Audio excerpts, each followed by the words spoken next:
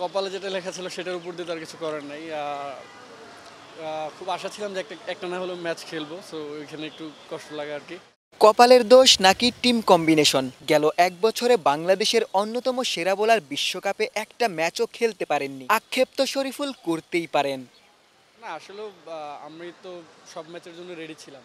এখন টিম কম্বিনেশনে সবাই খুব ভালো করতেছিল, সো ওইখান থেকে হয়তো বা তার জন্য ম্যাচ পাওয়া হয়নি। কপালে যেটা লেখা ছিল সেটার উপর দিয়ে তার কিছু করার নাই। খুব আশা ছিলাম যে একটা না হলেও ম্যাচ খেলবো, সো ওইখানে একটু কষ্ট লাগে আর কি। আর এলপিএলে যাচ্ছি, ইনশাল্লাহ চেষ্টা করবো যাতে নিজের বেস্টটা দিতে পারি। আর এখানে অনেক দিন থেকে হয়তো ম্যাচ খেলা হচ্ছে না, সো সেই ক্ষেত্রে যাতে এখানে ম্যাচ খেলে আবার আগের মতো কামব্যাক করতে। বিশ্বকাপের আগে মুস্তাফিজ তাসকিনের থেকেও ভালো ছন্দে ছিলেন শরীফুলই, এমনকি ভারতের বিপক্ষে প্রস্তুতি ম্যাচেও দলের সেরা বোলার ছিলেন। মূল পর্বে অন্তত ভারতের বিপক্ষে ম্যাচে একাদশে থাকতেই পারতেন, আফসোসটা হয়তো সেখানেই বেশি। আক্ষেপ আছে সুযোগ থাকা সত্ত্বেও আইপিএলে খেলতে না পারা নিয়েও, তবে এলপিএল খেলেই শরীফুল সেই আক্ষেপ ঘোচাতে চান।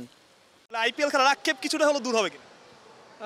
অবশ্যই, তখন দেশের খেলা ছিল তার জন্য হয়তো ছাড়েনি বিসিবি। এখন তো দেশের খেলার নাই আর কি, গ্যাপে আমাদের টাইমটা ফাঁকা আছে, তার জন্য আর কি হয়তো বিসিবি এখন ইনিশিয়েটিভ দিচ্ছে। আফগান ক্রিকেটাররা বিশ্বজুড়ে ফ্র্যাঞ্চাইজি লিগ খেলেন, বিশ্বকাপে তাদের পারফরম্যান্সও যা রেখেছে বড় ভূমিকা। বাংলাদেশি ক্রিকেটাররা ফ্র্যাঞ্চাইজি লিগে সুযোগ পেলেও এনওসি দেয়া হয় না, তবে এবার এলপিএল, গ্লোবাল টি-20 সহ সব ফ্র্যাঞ্চাইজি লিগ খেলার ছাড়পত্র পেয়েছেন তাসকিন শরীফুলরা। এনওসি প্রশ্নে আফগানদের উদাহরণ টেনে শরীফুল যা বললেন, এটা ভালো দেখতেছি, কারণ আপনি যদি দেখেন আফগানিস্তানের প্লেয়াররা কিন্তু সব ফ্র্যাঞ্চাইজিস খেলতেছে এবং কি তারা টি-20-তে সব প্লেয়ারের সাথে খেলতেছে। সো একটা প্লেয়ার বড় বড় টিমের প্লেয়ারের সাথে খেললে হয়তো বা নিজেদের প্রতি অনেক ইজি লাগে, কারণ তাদের সাথে অনেকগুলো ম্যাচ খেললে তাদের উইক পয়েন্টটা বেশি করে জানা যায়। সো সেই ক্ষেত্রে এটা ভালোই। Thank you. ইনশাল্লাহ ওইটা দেখলেই হবে, নতুন লাগবে না। Thank you so much. Taskin, Hridoy, মুস্তাফিজের পর শরীফুল চতুর্থ ক্রিকেটার হিসেবে এবার এলপিএল খেলতে গেলেন। গত আসরের থেকেও ভালো খেলার প্রত্যাশা ব্যক্ত করেই শরীফুল দেশ ছেড়েছেন। গোলাম সারোয়ার, ক্রিকেট 97।